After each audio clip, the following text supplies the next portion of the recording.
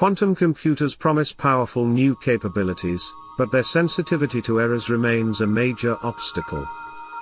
Researchers have now demonstrated a method for performing quantum operations on protected logical qubits while continuously correcting errors, even during the operation itself. Credit SciTechDaily.com. By combining surface codes with lattice surgery, researchers have shown how logical qubits can be manipulated and entangled while remaining protected from errors. Quantum computers are often described as a glimpse of a faster, more powerful future. The catch is that today's devices are fragile in a way ordinary computers are not. Their biggest headache is decoherence, the gradual loss of the delicate quantum behavior that makes them useful in the first place. When decoherence sets in, it can trigger two common kinds of mistakes: bit flips and phase flips. A bit flip is the more intuitive problem.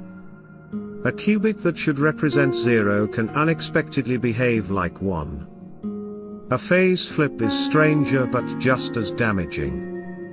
Even if a qubit stays in a superposition, the relationship between its components can suddenly switch, turning a positive phase into a negative one and scrambling the computation. One promising workaround is to avoid relying on any single physical qubit. Instead, researchers spread one logical qubit across many physical qubits and run error correction routines repeatedly. The idea is to keep the information stable long enough to matter. But storage is only the beginning.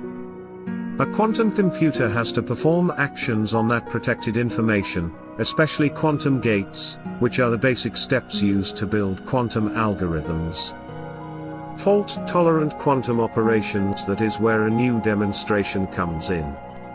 The group led by DPhys professor Andreas Wallraff, working with the Paul Scherrer Institute, PSI, and the theory team of Professor Markus Müller at RWTH Aachen University and Forschungszentrum Jülich, showed a way to carry out a quantum operation between superconducting logical qubits while correcting errors that arise during the operation itself.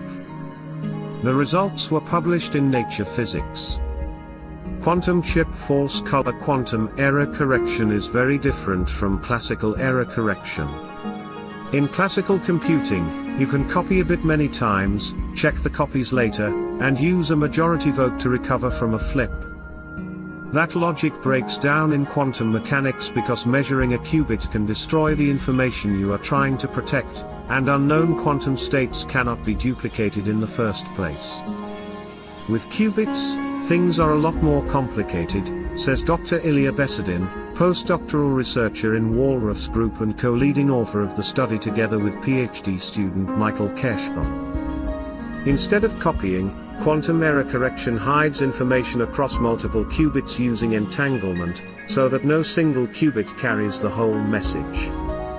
The difficulty increases further because the system must handle phase flip errors as well, a type of failure that classical machines never face.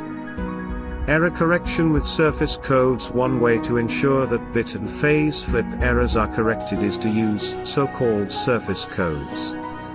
In these codes, the state of a qubit is stored in several physical data qubits. Error correction is achieved by measuring repeatedly the quantum states of so-called stabilizers, which make up the logical qubit together with data qubits. Stabilizers are measured using extra qubits that are connected to data qubits in such a way that reading them out reveals any changes in bit value, Z-type stabilizer, or phase, X-type stabilizer, occurring between measurements, thus enabling their correction. Data qubits, on the other hand, are never read out, they store the error-corrected qubit state. The situation changes when one wants to perform a quantum logical operation, such as a controlled NOT gate, between two logical qubits.